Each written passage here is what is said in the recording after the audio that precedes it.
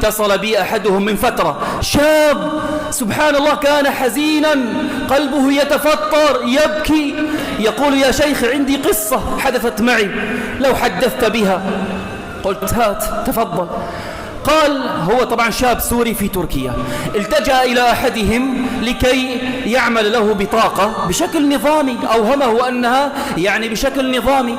بعد أن قبض المبلغ وكان مبلغا كبيرا والشاب عامل بسيط حتى لا يرحلوه، التجأ إليه.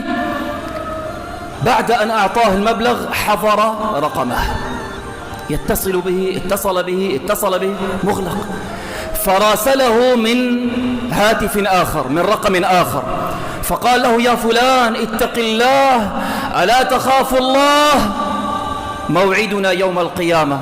ماذا قال له؟ روح بلة البحر نلتقي يوم القيامة. روح